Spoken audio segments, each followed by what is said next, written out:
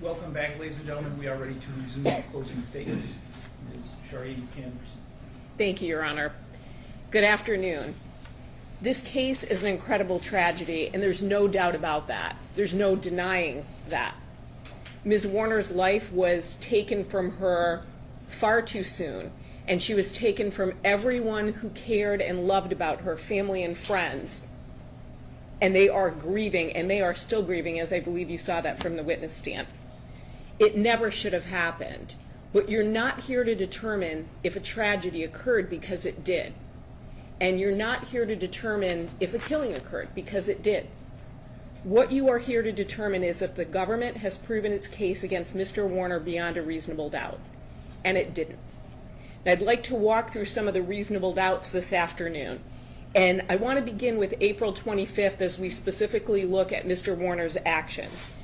Then I'll explore the police investigation in general, the Warner's relationship, other people's actions on or and around April 25th, and then specifics about the police investigation. Now, it was Ms. Warner who told Mr. Wagner where to place the cameras on the Munger property, but they have turned out to be helpful because we can see Mr. Warner's actions throughout April 25th. This is detailed, but it is important.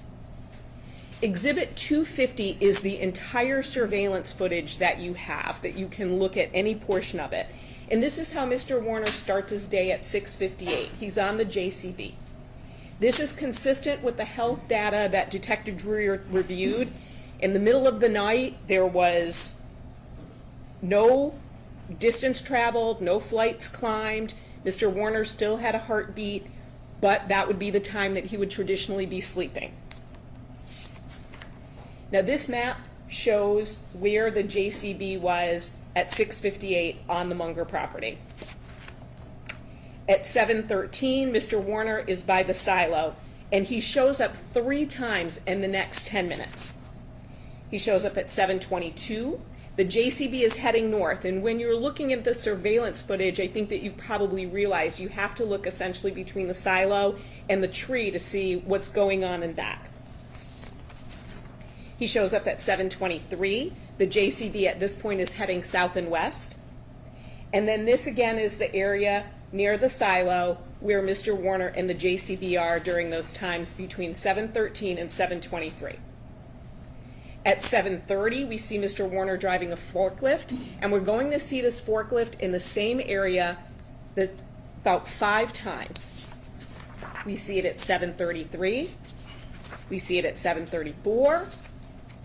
We see it at 7:40, 7:41 a.m., and then at 7:47, we see Mr. Warner leave the property on the sprayer to go to Leroy Sealers to spray. Now, please remember that the police did a reenactment to see if when Mr. Warner left the farm to go spray, both at Mr. Sealers and then the other 2 properties, if he actually could have done it in that time, and they learned that he could. They also looked at the GPS coordinates in the sprayer to see if it matched where Mr. Warner said he was going, and it did. So this is Mr. Warner on the property from 7 to 8 a.m. He's seen 10 times on camera as he does his morning farm chores. Now this is Ivan Boyd on the Munger property at 8:04 a.m. He's in the old shop. He's on the property for the majority of the day. At some point, his brother joins him, and he brings the truck that he's going to work on later at 10:39. And remember, there are no restrictions on where Mr. Boyd can go on the property. Mr. Warner doesn't preclude access to anyone. This is where Mr. Boyd starts his day and spends quite a bit of time in the old shop. Mr. Warner returns to the property at 8:12. And if you watch the surveillance video, you can see the sprayer come down Carson and take a left on Munger. That's the same direction that he left in. That's where Mr. Sealer's property is located. This is Mr. Warner and the sprayer at 8:18. And at 8:19, you can see the sprayer going right to the load barn in between the silo and the tree. As you know, the load barn is on the far east side of the property. It's what's been called frequently Building 7. At 8:46, Mr. Warner leaves again in the sprayer. Again, GPS coordinates match where he said he's going. We know between 9 a.m. and 10 a.m., Raquel Bach and Dustin Lally arrive on the property. They walk into the house because it's unlocked. Ms. Warner isn't there and they have breakfast. In the 10 to 11 a.m. hour, Ms. Bach and Mr. Lally go into the office. Ms. Bach walks into the unlocked office looking for Ms. Warner. And in the 11 to 12 p.m. hour, Mr. Boyd's brother arrives on the Munger property, as does Zach Bach as well. At 11:18, Mr. Warner arrives back in the property, and video will show that he walks from the load barn to the new shop. At 11:27, you see Zach Bach and Mr. Warner in the office talking and obviously looking for Ms. Warner on the cameras. At 11:35, Mr. Warner is walking away from the office near the silo and the scale. Meanwhile, in the office, Mr. Lally, Zach Bach, TJ Bach, Parker Hardy, Shelley Hardy, and Raquel Bach are already on the property. Mr. Warner is on camera walking near the pine tree at 11:36. He walks toward the new shop at 11:45 and leaves the new shop at 11:46. At 11:54, Mr. Warner is in the old shop talking with Mr. Boyd and Mr. Boyd's brother. So between 11 a.m. and 12 p.m., there are 7 people on the farm, in addition to Mr. Warner. Mr. Warner is walking all over the property, so those 7 people could choose to go wherever they wanted. At any time, anyone could walk into any building looking for Ms. Warner. And again, as you noted, with what Ms. Vinsky said in her opening statement and what witnesses have testified, there were no restrictions on where anyone went. At 12:13, Mr. Warner is in the office with Zach Bach, TJ, Mr. Lally, and Shelley Hardy. Mr. Warner is on the far right side of this image, up against the front desk. Mr. Boyd and his brother are still on the farm. At 12:19, we see Mr. Warner walking near the scales. At 12:21, he's heading back towards the office. At 12:23, Mr. Warner is driving the JCB. You can clearly and easily see into the bucket of the JCB. Here's the JCB again at 12:38, 12:39, and this is the location on the farm map of where the JCB is primarily located during that time period. At 12:43, Mr. Warner is in the old shop. On the right, you can see one of his dogs is running around. From 12:51 to 12:52, he's in the old shop. This is where Mr. Warner has a grinder and 2 grinder wheels. Now, this will become relevant when we talk about the welding expert who indicated that the number of wheels to cut that tank would take between 6 to 8. There's no indication that Mr. Warner ever took more than what he has in his hand right here. At 12:52, this is the Kubota that Mr. Warner would predominantly drive. We see it again at 1 o'clock. In between, at 1:13, in between 1:01 and 1:13, the videos of the Warag lobby show shadows. Now, if you watch that video, you can't see anyone come into the office, but it matches up with the Kubota heading towards the office and then later seen back by the fuel tanks. So one could presume that the driver of the Kubota went into the office, maybe had lunch, and then carried on their day. We see the Kubota again at 1:14. From 1:14 to 1:15, we see Mr. Warner in the old shop. At 1:16, the Kubota pulls in to another part of the old shop. Ivan Boyd and his brother are there. And please note, Mr. Warner knows that Ivan Boyd and his brother are in the old shop. He takes actually absolutely no actions to hide anything that he's doing. He also knows there are cameras, but he takes no action to hide what he's doing. We see the Kubota again at 1:23, at 1:26.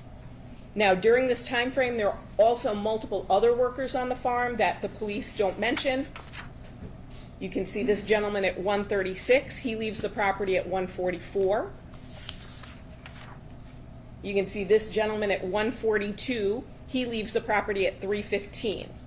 During this time, Mr. Warner can be seen on video with the sprayer and walking on the property. This is the sprayer at 1:48. At 2:19, this is an image between 2 and 4. There are multiple people in the office. Again, very similar to earlier. Raquel Bach, TJ, Zach, Parker Hardy, and Shelley Hardy. At 2:19, Mr. Warner is in the lobby. At 2:27, he leaves the reception area. Roughly, it's almost 2:28 when he leaves. He comes back in at 2:31. He leaves the lobby at 2:35, so he's in there for a few minutes. And then he's on camera again at 2:38 in the lobby area. Now, you have heard witnesses criticize Mr. Warner for not doing enough. But then you also heard witnesses criticize him for looking over Zach Bach's shoulder to look at the cameras. So what you should glean from that is he really can't win. If he doesn't do enough, he's criticized. If he does too much, he's criticized. But just like every other person on video, he continues to go back to the lobby area to look at cameras and to talk about where Ms. Warner may be. At 2:42, we see Mr. Warner in the sprayer. He's in the Kubota at 2:46, 2:49. And the same piece of farm equipment that you saw in 2:49, we see again at 2:50. Now this is where it is on the farm. If you can see where the big silo is in the middle, that's where that piece of farm equipment was. We see him again at 2:51. He's back in the office at 2:55. Between 3 and 3:01, he's walking by the scales, and you can see he has papers in his hands. At 3:08, he's in the new shop looking in a box and then walking away. At 3:12, he's seen leaving the new shop. Here's the piece of equipment at 3:13. This is Mr. Warner's truck at 3:15. We see the truck again by the fuel tanks. This is Mr. Warner's Kubota at 3:17, 3:18, 3:21. At 3:22, he's back in the office. He's there until about 3:36 p.m. At 3:37, we see the piece of farm equipment again. The Kubota again at 3:41. And if you can, please look at the field in the back, because this will be important to what happens. The top part of that field is not tilled at 3:41. But at 4:06, you can see that there's movement in the field because it is being tilled. It only gets picked up because the white truck activates the motion camera. Otherwise, it never would have been picked up. Here's the video of that.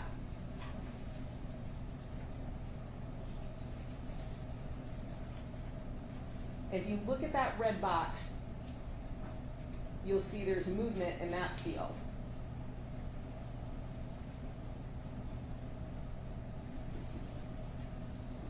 It's going from this part of the screen to that part of the screen.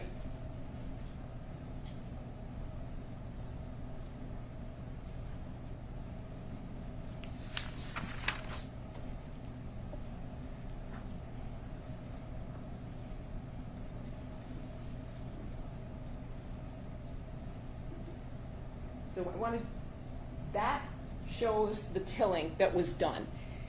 Detective Singleton said there was this period of time where Mr. Warner was not on camera. He would be the only one to till that field.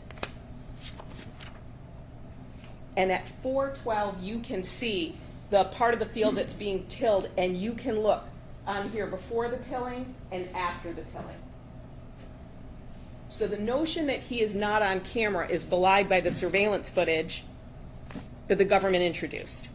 And again, Detective Singleton said 3:41 to 4:29, Mr. Warner was not on camera. The only reason this got picked up was because of other trucks on the property, but he is working and not in the load barn. At 4:30, we see Mr. Warner's Kubota again. At 4:32, the JCB.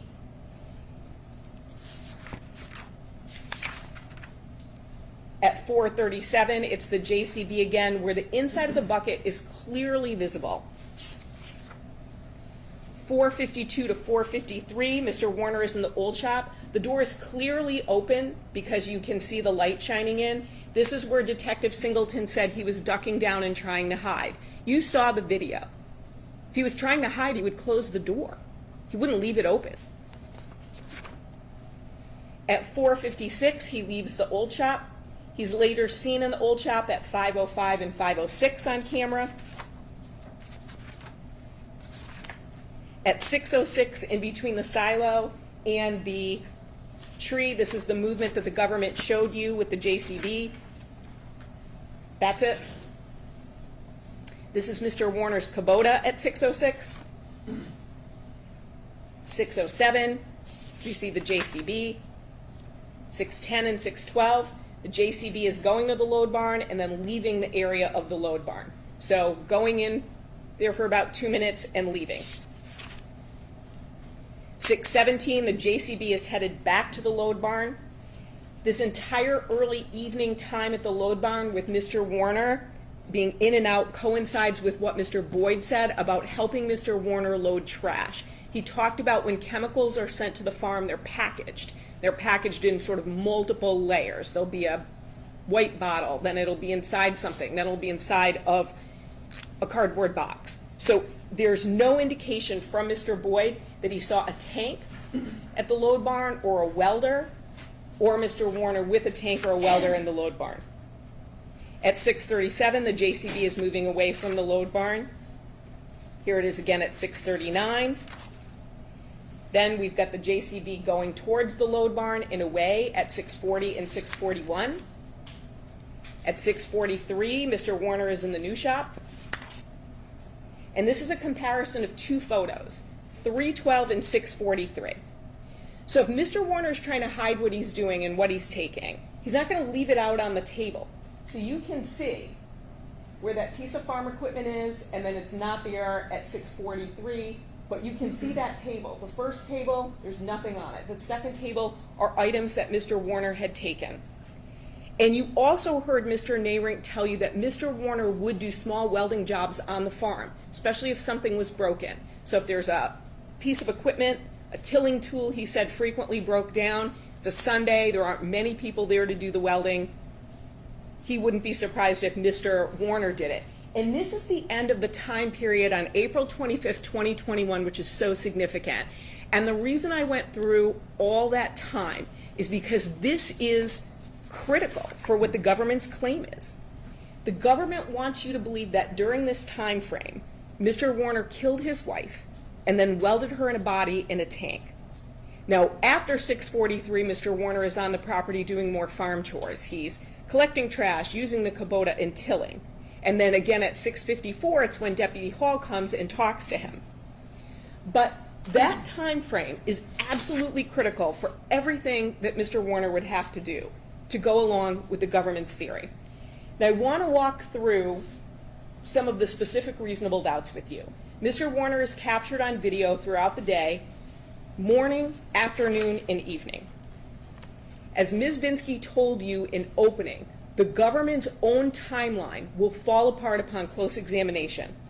So by 6:40 p.m., the government's speculative theory is that Mr. Warner killed Ms. Warner in the house while not leaving a single trace of physical evidence.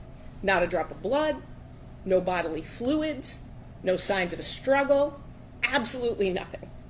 And then at some point, he supposedly grabs a tarp and duct tape, but there's no camera footage of that. We know that the blue tarps are kept in the dry fertilizer barn, and the duct tape is in the load barn. But there's no evidence that he gathered these items, then went back in the house, presumably, and wrapped Ms. Warner in those. The government hasn't even addressed how Mr. Warner would get those items on April 25th.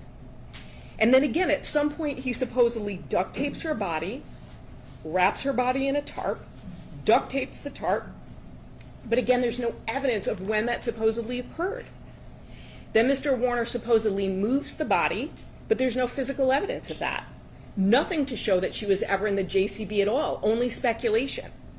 There's nothing on camera, and there's no physical evidence. And while Detective Druyer said, well, it was too late for them to look, they didn't even try to look. They want you to then assume that Mr. Warner keeps Ms. Warner's body in a safe, despite rigor mortis, as we heard from Dr. Cho. There are no physical signs of this at all. There are no physical signs with her body that she was kept in the safe. There's no physical or forensic evidence to support this theory whatsoever. Then Mr. Warner moves a tank without being caught on camera into the load barn, but again, there's no evidence of that happening. We see on the surveillance video that he doesn't take the grinder and the two wheels until 12:51 to 12:52, so all the rest supposedly happens after that time.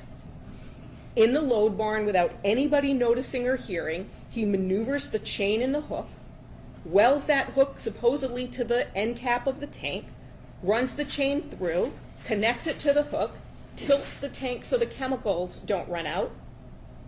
There's no evidence about how long it would take for that hook to be welded to the end cap so that it was structurally sound.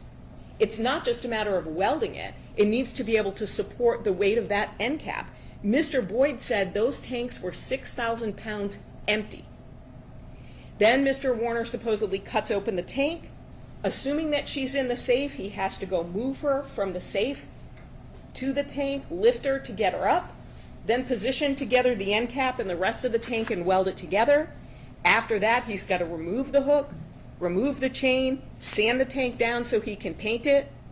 He then supposedly paints the tank, and while Mr. Schmidt said, well, that would dry quickly, you can look at the Rust-Oleum can. It's not immediate. And even if it was dry to the touch, we all have painted something. It's still going to be tacky.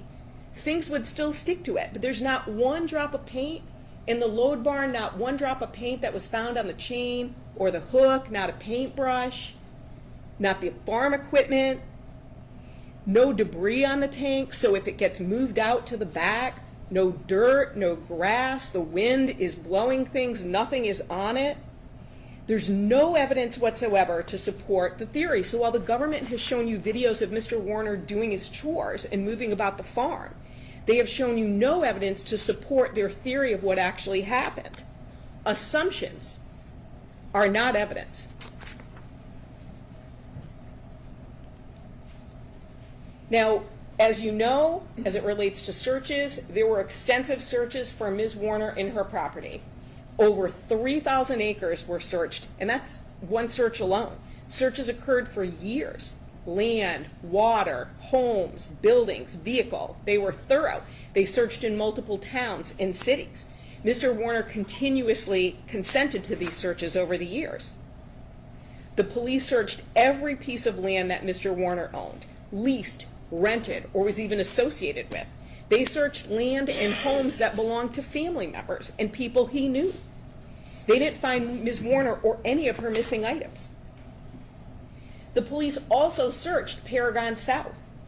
They searched both north and south. South is where the tanks are. Nothing out of the ordinary was seen. There were multiple searches involving dogs, both cadaver dogs and tracking dogs, at least 7. There was lots of discussion about cadaver and tracking dogs, but you know from your common sense, a tracking dog is meant to track. So once it gets a scent from an article of clothing or whatever it might be, it is meant to follow that scent. The person doesn't need to be right there, otherwise it wouldn't be a tracking dog. Ms. Warner and her belongings were not located by those dogs. We know that cadaver dogs can locate blood, bones, or tissue for years. They can also identify a tiny drop of blood, including as small as what comes out of an eyedropper. They can smell through cleaning agents, and they hit on nothing. Nothing on any of the vehicles, nothing in the house, nothing on the property, absolutely nothing. During the searches, Trooper Tafe entered the load barn or was looking right into it. He couldn't quite remember on April 27th, but he never mentioned the smell of ammonia or chemicals. One point about these searches is Dr. Cho and Detective Druyer said there was a strong chemical smell from the tank when the tank was opened. Dr. Cho said it was an overpowering ammonia odor that was not part of natural decomposition. Numerous witnesses also said that anhydrous ammonia had a very strong smell, but you had a trooper right out of the load barn or possibly in who noticed no smell, yet supposedly 2 days before Mr. Warner is cutting open this tank in that very enclosed area, there would be a smell if that tank had been cut open in an enclosed space. Mr. Boyd was in the load barn 2 to 3 times a week. He never mentioned a smell, not on April 25th and not after. Todd Nayrink met Mr. Warner at the load barn on April 25th. He didn't notice a smell. No one ever smelled anything out of the ordinary. Now, there was made, I think in the closing, they showed a snip of Mr. Warner talking about dogs in the load barn. The part that is omitted from that clip, but is in the video that you have as an exhibit, Exhibit 216, is Mr. Warner saying, the other thing I don't know about in the fertilizer barn, you got boots or something to put on them. He's not telling them that they can't go in. He's pointing out there are chemicals on the floor, so if the dogs go in, he didn't want it to get through their paws. If he's trying to prevent them from going into the load barn, he's not going to give them a solution as to how they can actually take the dogs in by putting boots on their feet. Numerous items of Ms. Warner's were missing and are still missing. Her phone, wallet, passport, driver's license, a purse, and go bag with items such as cosmetics and hair care items. These items, as you know, were never found despite numerous searches with ground-penetrating radar and metal detectors, things that would look for changes in temperature or excavation. In one multi-day, large-scale search alone, there were 130 police officers.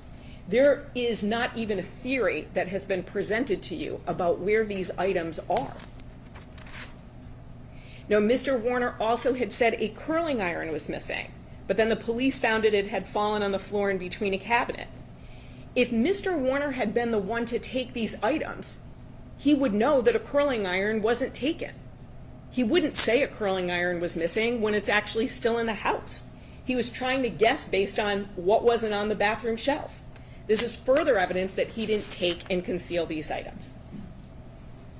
Mr. Warner spoke to the police numerous times, frequently without a lawyer present. The only time we saw a lawyer was the December 2022 interview with Detectives Druyer and Singleton, where his lawyer was there. He had the legal right to refuse, but he didn't. He frequently spoke to them, again, without a lawyer present. And if you listen to those videos, you do hear him coughing. And what did we hear from his ex-wife? He's had that cough since they were married. It annoyed her then, it's continued on. That's not from recent exposure to anhydrous ammonia. Despite what he says now, Detective Druyer had to admit that previously he indicated that Mr. Warner's statements were fairly consistent about what occurred. And of course, details would change. You're being asked the same questions over and over again. We know that their daughter, Angelina, had spent Friday night at her older sister's, Ms. Million, and then Saturday night with Ms. Alexander. So it would be very easy to confuse those nights about what happened on one night or what happened on another. We've also seen multiple witnesses, including law enforcement, have to get their memory refreshed because they couldn't remember something. And we have even heard other witnesses say they didn't say something when they truly did. That happened with Ms. Warner's brother. He said adamantly he did not make a statement or he did not send a text message when he actually did and had to be shown that. So the fact that some details may change does not mean that Mr. Warner was not being truthful. But Mr. Warner was always adamant that he did not harm his wife in every interview.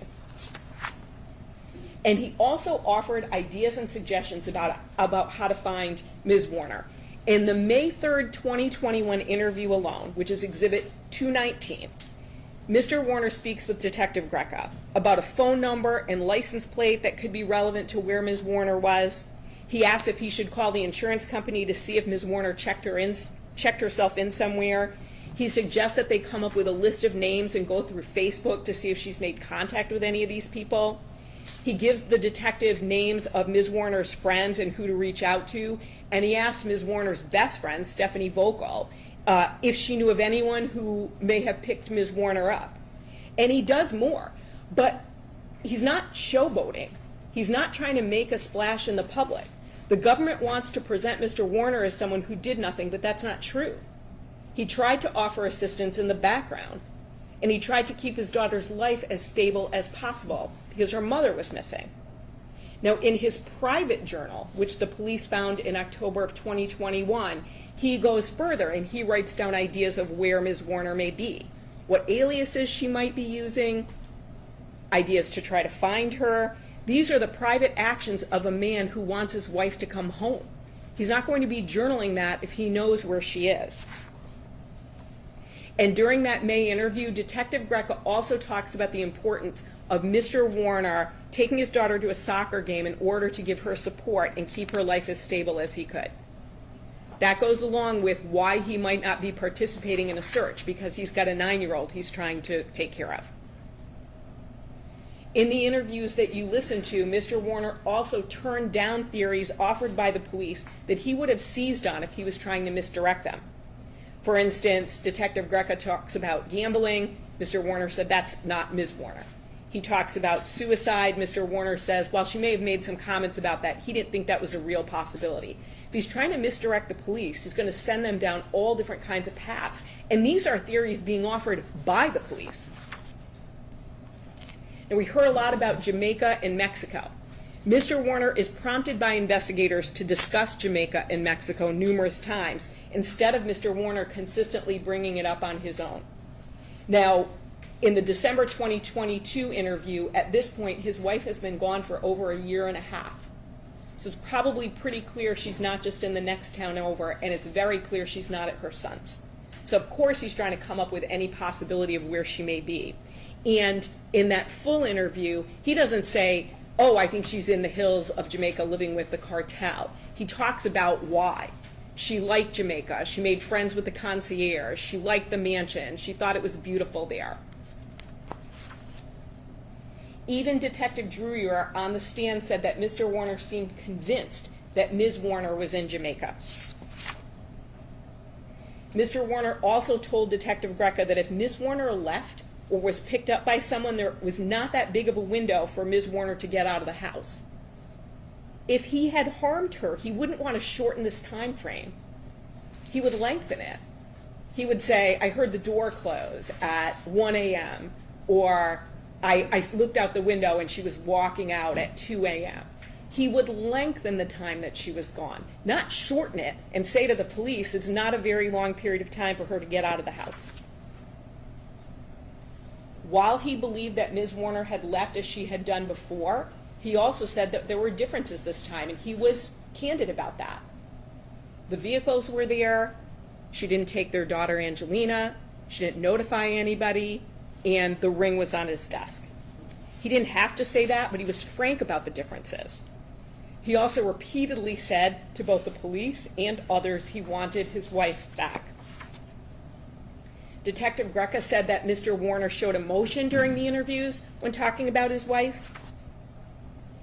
Throughout all the interviews, I don't know if you picked up on this, but Mr. Warner always refers to his wife in the present tense. She is a fixer. He doesn't say she was a fixer, which he would say if he knew she wasn't alive. He refers to her in the present tense. And Mr. Warner saying he doesn't want to get divorced doesn't mean he killed his wife. It means he loved his wife. They had been seeing a counselor, Craig, as you saw from the text message exchange and Detective Drewer said, which shows his willingness to work on issues with the marriage. And he was frank about the fact that they fought. Tensions could run high. He told the police that. He also wrote about this in his private journal. If the inference is, oh, well, this is staged, what he's writing about, why wouldn't he turn it over to the police? Why wouldn't he say, hey, I've been keeping a journal? The police find it in a vehicle in October of 2021. And in that, he talks about comments that Ms. Warner made and troubles that they have in their marriage, that Ms. Warner says that he's mean to her, that essentially he doesn't appreciate her. He wouldn't write that if he wanted the police to find it and think everything was fine in their marriage. He would try to present their marriage as being more peaceful. Now, we know that Ms. Warner had talked about ending her marriage for years. This was nothing new. We heard this from numerous people. In Exhibit 194, we see Ms. Warner telling Mr. Warner that unless he shows her more that he cares, she'll end the marriage the same way she did with her first husband. But we also know that her plans would change day to day according to her moods. Numerous people, including her brother, very emotionally talked about the fact that she'd love you one minute, dislike you the next, and then the next day give him a hug. Exhibit 198, you can see on March 4th that Ms. Warner is saying, fuck you, and that she's not going on vacation. And then the next day, March 5th, they're talking about regular things just like any other married couple. The text message exchanges show Ms. Warner and Mr. Warner having arguments between spouses, which happens in many marriages, unfortunately. But it also shows her expressing herself freely to Mr. Warner, which we heard she did to him and others. She would express her feelings. She wouldn't hold back, even if that meant raising her voice to Mr. Warner and to others.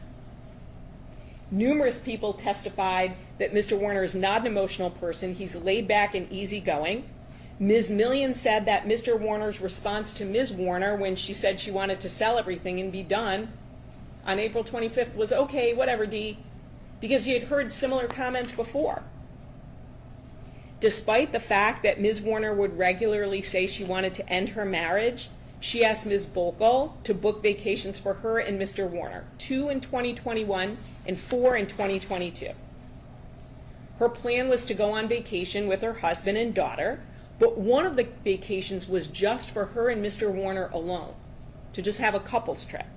This shows again that her mood would change. She would be angry at him, but she would also want to spend alone time with him. Mr. Warner would regularly rub Ms. Warner's shoulders or back at work. He often did so in the office. Despite how Ms. Volkel attempted to portray their relationship, she had already told the police that and had to admit that on the stand. Now, we know that the Warners had a mutual mistrust of each other. That's clear from what was presented at trial. Ms. Wolf said that Ms. Warner would drive to the farm fields to see if Mr. Warner was where he said he would be. She said that the two of them would snoop on each other, including Ms. Warner taking a phone that belonged to Mr. Warner and giving that to Ms. Wolf to hide. Mr. Lally said that Ms. Warner would speak in quiet and hushed tones to himself and to her daughter when Mr. Warner was in the house to intentionally exclude him from conversations. There was a safe where she and her son were hiding things from Mr. Warner. Ms. Wolf also admitted that Ms. Warner was having an affair. So Mr. Warner, wondering if that had been going on, actually had a basis in fact. He wasn't just imagining it. Ms. Wolf, who was also Ms. Warner's personal assistant and nanny, said she would see Ms. Warner drink alcohol every day. And this supports Mr. Warner's concern about substance use. This is Exhibit 210. That cabinet are the pills that she had in her home. And look at the details, please, of what the government characterizes as stalking behavior. The cameras that Mr. Warner spoke to Mr. Bush about were about 4 by 6, and they had an antenna on the top. Those aren't cameras that are going to be hidden from any person. The OnStar application shows an average of 4.2 vehicle location requests a day. But Mr. Newell said that the app doesn't show a vehicle moving. So if you're trying to track and see when someone is coming home, because you want to know when they're going to be there, you want to have dinner with them, whatever the situation is, you're going to keep refreshing the app.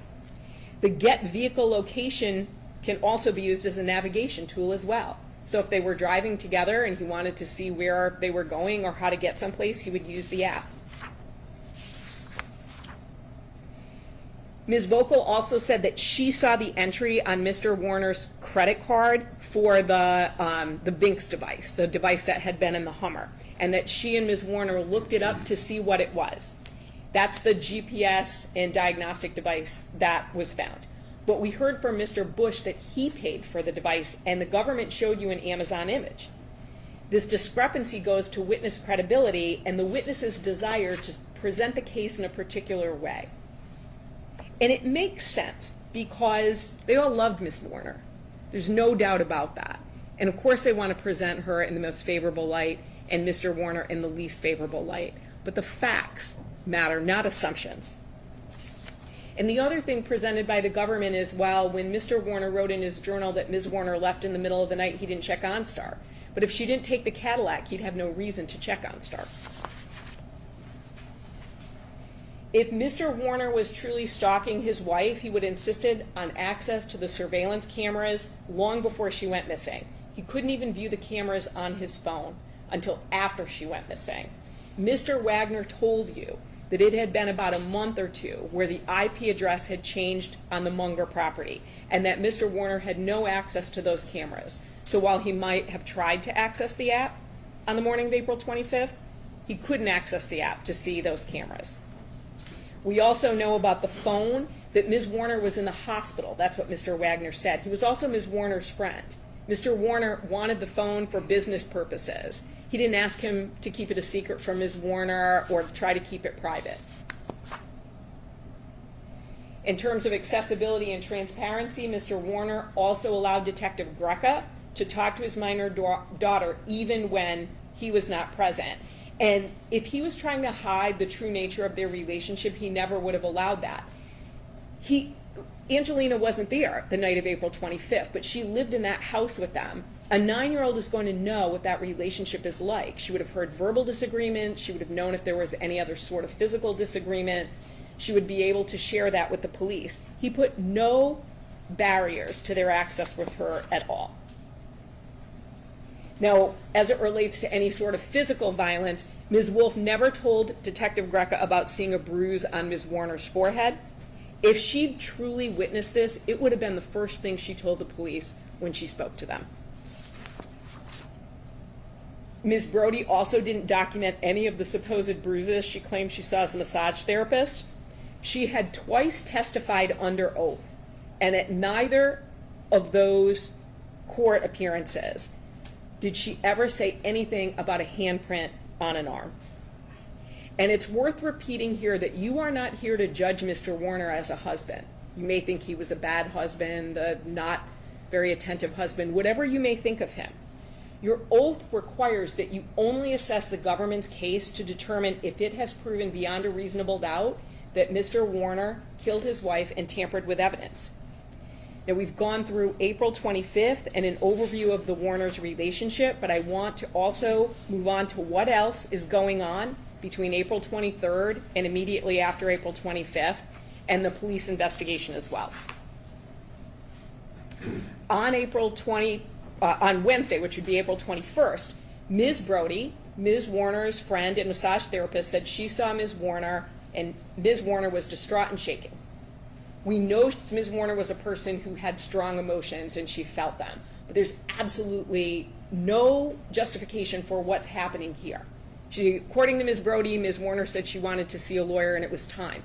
But we know the fight with the Terrys, Terry and Terry Nayrink, wasn't until Friday. So there's no indication of what was going on Wednesday, and there's never been an explanation for this. Again, on that Friday, April 23rd, Ms. Warner had a verbal disagreement with Todd Nayrink, who testified. You also heard that Ms. Vogel heard them yelling at each other, but then she also said Ms. Warner seemed happy when she left work that day. So in addition to the fights with Todd, she had the fight with Terry and Terry. Mr. Nayrink, Todd Nayrink, said that on Friday, Ms. Warner was not dressed as she normally would. She was in sweatpants. Mr. Hawkins, who worked on the farm for the Warners, spoke with Ms. Warner at about 6:30 p.m. on Friday, and he said she sounded normal. Ms. Alexander saw Ms. Warner at 7:42 p.m. when she went to pick up Angelina. She said that Ms. Warner kept putting her hands up to her head, and she was talking about a fight she had with Terry and Terry Nayrink. Earlier, Ms. Warner had said that she had a migraine, so that would be consistent with her having a migraine, and we know she was being treated for migraines. Later that night, Raquel Bach claims that she drove by at 10:30 p.m. and saw all the lights on. But closer to 11 o'clock, Dustin Lally drives by. He said Ms. Bach had left well before him, and on cross-examination, the only light that he had said was on was one light. He didn't remember anything unusual about the house, which matches with what Todd Nayrink said when he arrived on the property in the 3 a.m. hour. There was only the light on over the kitchen above the sink. Now, on April 25th, 2021, the OnStar report shows that Mr. Warner's phone app accesses My Cadillac to get vehicle data and then supposedly hits unlock the doors at 7:08 a.m. Get vehicle data is to check on things like oil, tire pressure, fluids in the car. The government's theory is that Mr. Warner had killed his wife by this time, but then he decides to check on how the fluids are in the car or the tire pressure. It makes no sense.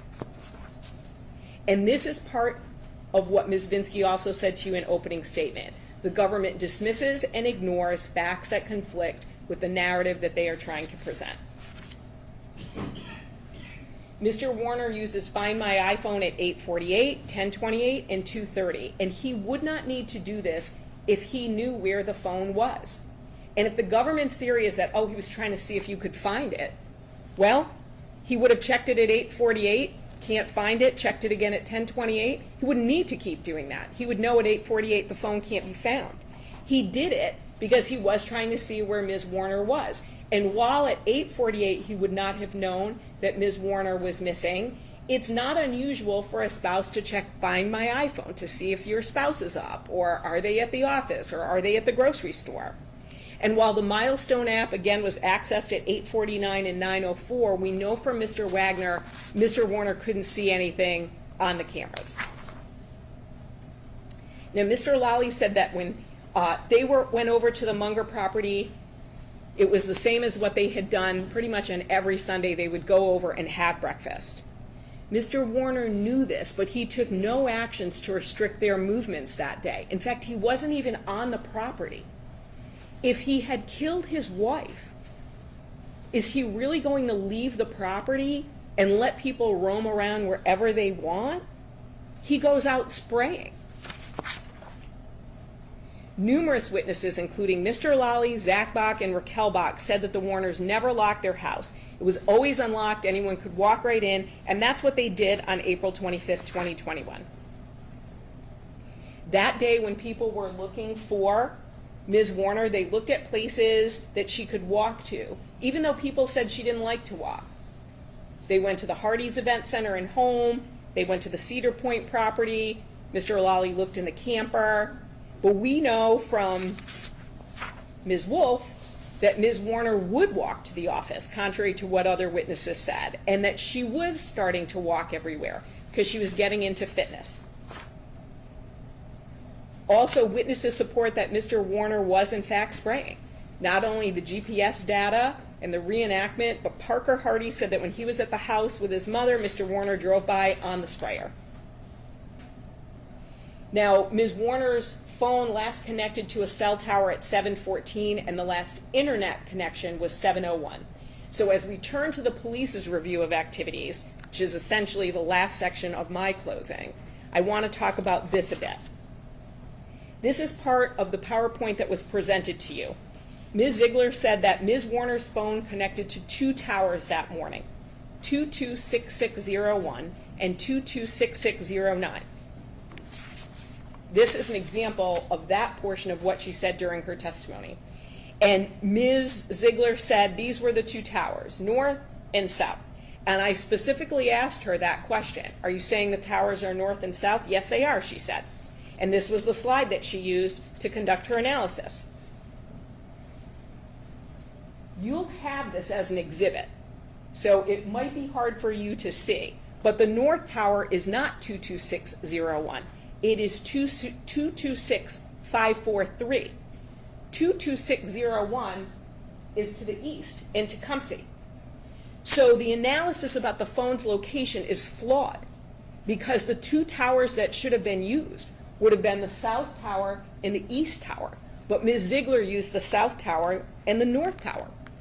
But one thing about her testimony that is correct is that she can't distinguish any movement from the phone, because we know that a phone will connect to a cell tower even if it's not the closest tower, for numerous reasons that have nothing to do with movement. Now, moving to April 27th and the tank, If Mr. Warner wanted to secretly move a tank on April 27th, he would have done it when the police left for the day. Remember, they were there in the morning, and then he walked around with Detective Greca for a period of time, and then he said, I have to go to work. If it rains, you can come back, or come back tomorrow. And then they got a search warrant, and they showed up later on that day. He knew that they were there with drones and a dog. If he had a concern about that, he wouldn't have just gone to farm. He would have moved the tank that everyone is saying he's trying to hide. He would have done it when the police weren't around. He also could have or would have moved it on April 26th, and again, not waited for the police to come back to his property. There's also, again, no issue with the fact that he asked the police to leave earlier. That is his legal right, and he explained that to the police. Now, just as earlier mentioned, where people didn't notice any smell of ammonia in the load barn, Detective Sharp, who was in the load barn or in front of it for an extended period of time, also did not indicate that he saw any or smelled any sort of chemical smell. Mr. Gravel moved a tank into the spray barn. This was the rusty tank that we saw being moved. He didn't notice any sort of strong chemical smell, which he would have if that tank had been cut open in the load barn. Mr. Hawkins is also regularly in the load barn. He would be in the building 1 to 2 times a week, taking in the JCB and removing empty bottles. And again, at no point in time does he ever smell ammonia or indicate that a tank had been cut open. There was also nothing unusual about moving a tank. Mr. Gravel told you that he had moved tanks before. Mr. Hawkins said that tanks would be brought back and forth from the Carson Road property and the Paragon property. We also know from Mr. Hawkins that business was slow in 2020 and 2021 for anhydrous ammonia. They didn't need extra tanks. They had plenty of tanks. So moving a tank or not fixing a tank wasn't a big deal because they had so many other things to do and they had so many extra tanks. We also know that week of April, after Ms. Warner goes missing, that Parker Hardy says he didn't see anything unusual about Mr. Warner painting in a hydrous tank, and he didn't notice a non-factory weld on the tank he saw in the load barn. Parker Hardy had been in the load barn numerous times. This wasn't a place that people don't go. And remember, the Hardys had even more access to the property because they were family. So while maybe some person who used their services might not freely walk into the load barn, the Hardys would. And again, Mr. Warner took no stops to keep anybody out of any building, making the story that he was welding her in the load barn not plausible. Now, the only person who claims that there were JCB tracks that went right up to the house was Parker Hardy.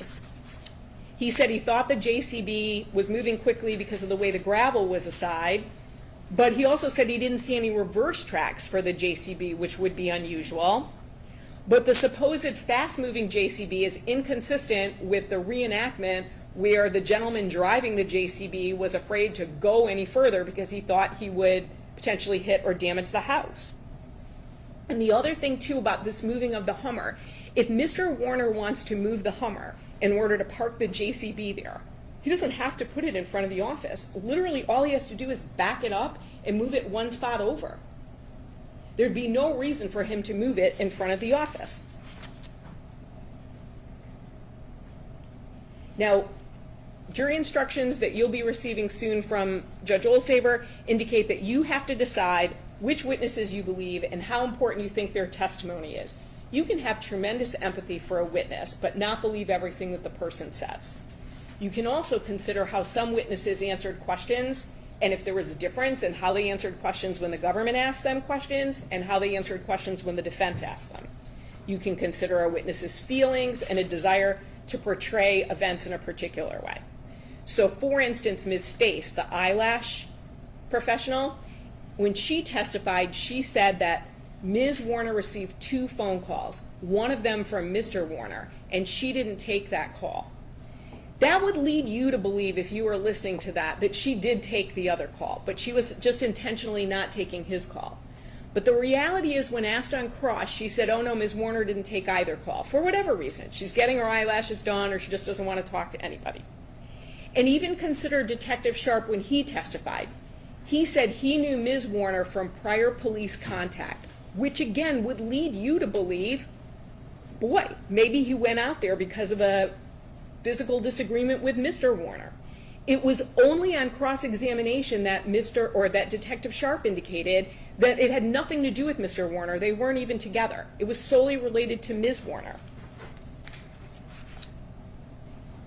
Now, as it relates to Dr. Cho, please remember that he said he could not tell by the condition of Ms. Warner's body what the date of death was. He couldn't tell the date, the month, or the year. One of the things that the government has to prove is that these crimes were committed on or about April 25th, 2021. There's a little leeway there, but Dr. Cho can't even tell you the year based on the body's condition. The only way that he gets to April 25th, 2021 is because that's when people tell him was the last time that Ms. Warner was seen. But that's not objective evidence of the date of death. So considering objective scientific evidence only, Ms. Warner's date of death is actually unknown because Dr. Cho could not determine it. Dr. Cho doesn't know the time of Ms. Warner's death. Dr. Cho does not know the place of Ms. Warner's death. Dr. Cho does not know if Ms. Warner was killed inside or outside. Dr. Cho also does not know what caused the blunt force injuries. With strangulation, there can be a loss of bodily fluids, whether from the bladder or bowels. There was, again, no evidence of this found in the Warner home or on the Munger property or any property associated with Mr. Warner at all. With Ms. Warner's injuries, there could be external bleeding. There was no blood evidence found at all in the Warner home, on the Munger property, or on any property associated with Mr. Warner. And while the government wants to present her as wearing pajamas, remember Dr. Cho said it could be pajamas or a sweatsuit, and that she was also wearing underwear and earrings. Now, as it relates to body position, rigor mortis is the stiffening of muscles after death. Dr. Cho said rigor mortis sets in generally after a few hours, and it will last about 24 hours. If rigor mortis lapses, the body will remain in the same position that it would be in. Now, there again is no physical indication that Ms. Warner's body was manipulated in any way to get her in the safe. There's no indication she was folded up as Detective Drewer was when he did his reenactment. There's no physical evidence of that. It's a theory, but it's not backed up by any evidence. And the government has never said when this supposedly occurred on April 25th. And also note, Mr. Warner willingly opens the safe for the police. They say, listen, we have a warrant. You can either open these up or we're going to cut them open. And he's like, oh, that's all right. I'll open it up for you. Would he really do that if his wife had just been in the safe? Now, on the welding theory, Detective Drewer and his former partner, Detective Singleton, claim that they had a welding theory as early as April 22, yet they never shared this with Lenawee County Sheriff's Detective Kevin Greca. And respectfully, this makes no sense whatsoever. They are literally looking for a missing woman. She has children and a family who want her to come home. They've got this theory, but, well, they don't want to step on any toes. It would be awkward. It would be impolite. You would present the theory. If Detective Greca didn't act on it, okay, that would be on him. But they wouldn't shut themselves down from even mentioning it if it truly had happened in April of 2022. And Detective Drewer is saying, well, we were concerned about a leak. That leak supposedly occurred in March of 2022 at that family meeting, which we'll get to in a minute. But the leak wasn't with the Lenawee County Sheriff's Department. The leak was with a federal law enforcement officer, a U.S. Marshal. So again, maybe you don't want to tell that Marshal, but you certainly would tell a Lenawee County investigator about your theory. They are actively working to find her. They are following up on psychic tips. Yet they're not willing to share, hey, we think she might be welded in a tank. As it relates to the tank, Mr. Schmidt examined that tank multiple times.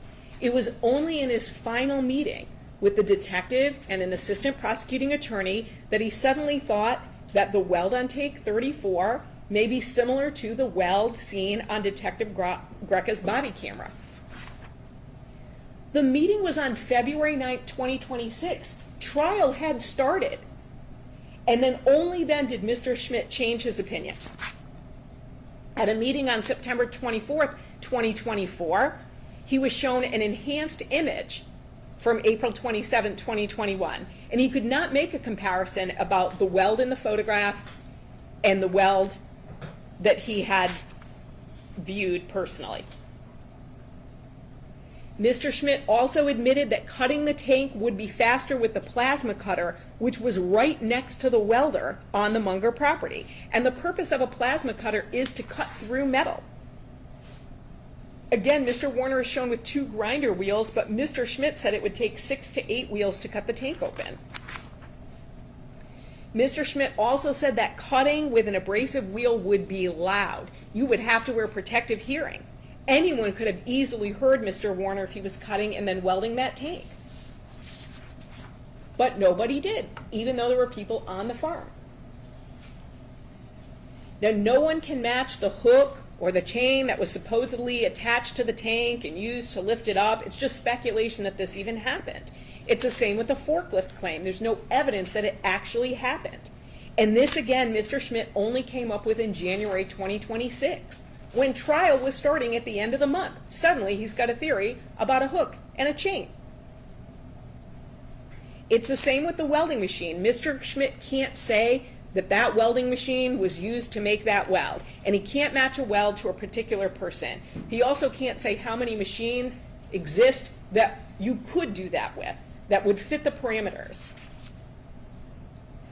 Mr. Schmidt also didn't use a student to come up with his time estimates. And that's what he should have done. He has over 20 years of experience as a welder. He is an instructor on welding. Of course, he would be able to go significantly faster than a regular person. But even with what he said, the welding timeline doesn't fit with Mr. Warner's actions on April 25th. The tank circumference is 128 inches, and that steel is thick. Even if we use Mr. Schmidt's calculations, he said to cut the cap off, it would be about 2.5 inches per minute. This is, for him, 51.2 minutes with the grinder. And then high spots would need to be ground down. That's about 5 minutes. The hook would need to be welded on. Again, no time was given for how long it would take for that to be structurally sound to support that end cap of that 6,000-pound tank. Then the chain would need to be looped through the forklift. The 2 pieces need to be lined up and matched once it's time to weld. The weld itself time, 22 to 35.5 minutes with additional time for 11 stops and starts and moving up and down a ladder on the floor to get underneath the tank. Mr. Warner isn't in the load barn for that length of time to get all of this done. Maybe Mr. Schmidt can do it, but he couldn't. And then painting. And then the government wants you to believe that after killing his wife and concealing her body and doing all this, he's just out and about doing his farm chores as if nothing is going on and then just taking a break to go and conceal evidence. We also know that chemicals on the farm also cause burns on the skin. Mr. Hawkins told you that, as well as Mr. Boyd, who actually has had that happen. He said chemical burns can cause your arm to be red and very itchy. If Mr. Warner was welding, he could have easily, and wanted to hide it, he could have easily put on a long sleeve shirt, and if he's trying to hide welding burns because he just welded his wife up in a tank, he would have put on a long sleeve shirt so no one would have ever seen that. He doesn't do that because he's not hiding anything. For the paint analysis, all that can be said is that the paint may have come from paint that was taken in 2024. 3 years later, over. Or it may not have come from paint that was taken in 2024, over 3 years later. It was also a level 3 association, and there are 5 different levels. In part, a level 3 association states because other items have been manufactured that would also be indistinguishable from the submitted evidence, an individual source cannot be determined. Ms. Pontke told us that paint is mass-produced, and an individual source in this case cannot be identified. She can't even tell us the manufacturer of the paint. There is no way of knowing how many similar paint cans would be similar to that used on tank 34. And she said that the paint here, Rust-Oleum, is a common paint. There's also, again, no evidence about when the paint was purchased. And that's the same for the duct tape and the tarp. Detective Dreyer said it's not surprising that these items would be found on a farm. It's also the same for the stickers. No one knows when those stickers were purchased. And we know that the drawers and the building doors on the farm were unlocked. The two tank samples were similar to two different paint cans. Think about that logically. Someone is painting from one can, and then for a reason that no one knows about, they decide to stop with that can, it's not empty, and use another can of paint to finish. The fact that it relates and is consistent with two paint cans means it could be consistent with 1 million or more. We just don't know because there's no way to know. Now, while Ms. Ponchke took the paint samples, she also said that the stickers on the tank were peeling back. The supposed middle fingerprint from the back of the label on the outside of the tank is from the non-repair weld. It's the other side, and that's relevant. There's no indication of when that sticker was put on. And another thing about the fingerprint is only 7 points were consistent out of 15. And there's no standard to indicate identification or not. It is the analyst's subjective determination. And the analyst did admit identification does not mean the exclusion of others. Now, as to the call you heard from Mr. Warner, at that point there had been extensive searches on his property, and we heard from Detective Dreyer that that was damage done. There was damage to the Hummer, there was damage to underground lines, they had taken samples off of the couch, so of course someone would be annoyed or frustrated by property being searched yet again that had already been searched. But we also know from listening to that call, because we listened to the full call, that Mr. Warner wasn't in a panic, didn't hang up the phone. He continued to talk about a planter's wart, school supplies for his daughter, books, and food, not the action of someone who is like, oh no, they just found my wife. And just as he's not panicked when he agrees to the police routinely searching his electronic devices. So the government has made quite a bit about the searches that were made. Mr. Warner consented to a search of his electronic devices numerous times. We know that. He knew there were text messages between himself and Ms. Warner on the phone. He wasn't trying to hide those. They show that they fought. He also knew what his searches were, searches that occurred after Ms. Warner went missing. He had extra anhydrous ammonia tanks. We know that from Mr. Hawkins. So searching on how to dispose of a propane tank makes sense for the business that he's in. And this chemical cremation search, if he's trying to find some way to dispose of his wife's body, why would the search be chemical or liquid cremation and he's searching, is it illegal? He wouldn't care if it was illegal. He supposedly killed his wife. He wouldn't be worried about, okay, well now I want to make sure I legally dispose of her body. He doesn't try to hide that. He lets the police search his devices numerous times.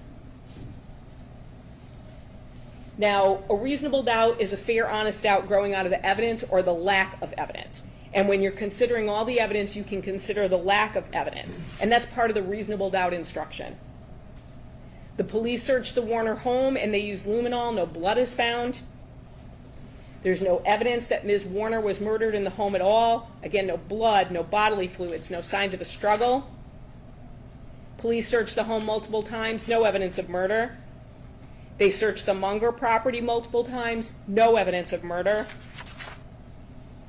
There's no evidence that Ms. Warner was in the safe. No blood, no hair, no DNA, absolutely nothing. And it's the same for the JCB. And Detective Dreyer can say, well, we can't find the safe any longer. It doesn't matter. There's no evidence that she was ever in the safe.